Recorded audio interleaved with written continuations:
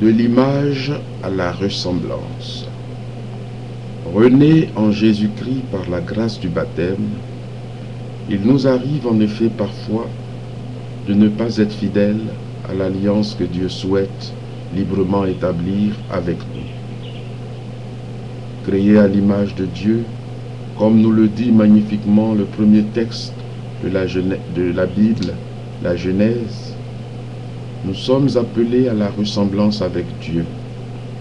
Appelés, comme l'ont dit de nombreux pères de l'Église, à devenir d'autres Christ, si nous le souhaitons.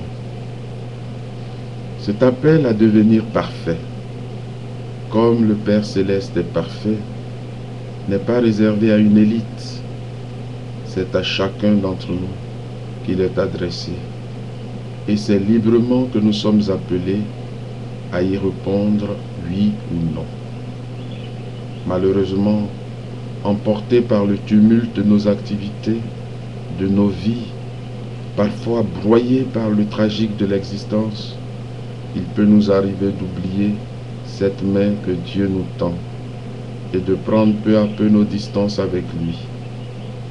Coupés de nos racines, nous perdons le contact avec notre origine et c'est par cette rupture d'alliance consciente ou négligente que nous devenons pécheurs. C'est pourquoi l'Église, là aussi dans sa grande sagesse, consciente de la faiblesse humaine, a très vite institué le carême afin de nous permettre de nous remettre régulièrement et de manière forte face à Dieu. La prise de conscience de notre éloignement, de nos ruptures d'alliance, de nos manques d'amour, de notre péché, peut alors entraîner une profonde tristesse qui ne vaut pas pour elle-même. De l'ombre à la lumière. En effet, cette prise de conscience du réel de nos existences et des zones d'ombre présentes au cœur de chacun d'entre nous ne vaut que parce qu'elle constitue un appel à nous laisser transformer par le Christ, mort et ressuscité pour chacun d'entre nous. Les larmes que nous pourrons alors verser en prenant conscience de nos infidélités volontaires ou involontaires n'ont de valeur que parce qu'elles lavent notre cœur et effacent la noirceur qui empêchait la lumière de pénétrer au plus profond de notre âme. Alors et alors seulement, guidés par le Christ, nourris par les sacrements, nous pourrons avec l'aide de Dieu entreprendre ce travail de reconstruction, de restructuration. Ce temps nous permettra de pouvoir dire au Seigneur à voix haute, debout et les yeux grands ouverts, me voici.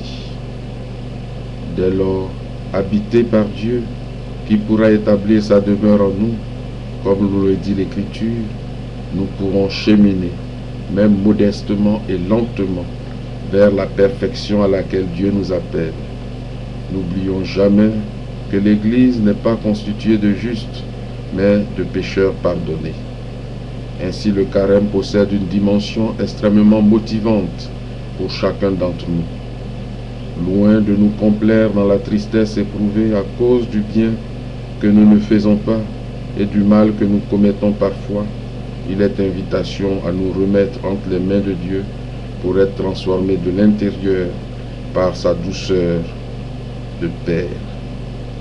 Il est aussi l'occasion de cette prise de conscience lucide de notre éloignement d'avec Dieu, de notre surdité à ses appels et à sa parole, entraînant des larmes de regret qui au fil des jours se transformeront en larmes de joie. Les ailes de la grâce et de l'effort. Mais pour sortir de nos tombeaux, il nous faut laisser sa place à la grâce, sans négliger pour autant un effort indispensable de notre part. La grâce et l'effort constituant les deux ailes d'un même oiseau, comme l'a si bien dit un mystique chrétien, nous sommes donc appelés durant le carême à redécouvrir un mot trop longtemps mal utilisé, l'ascèse. Ce mot perverti au fil des temps signifie en grec entraînement exercice pratique, genre de vie.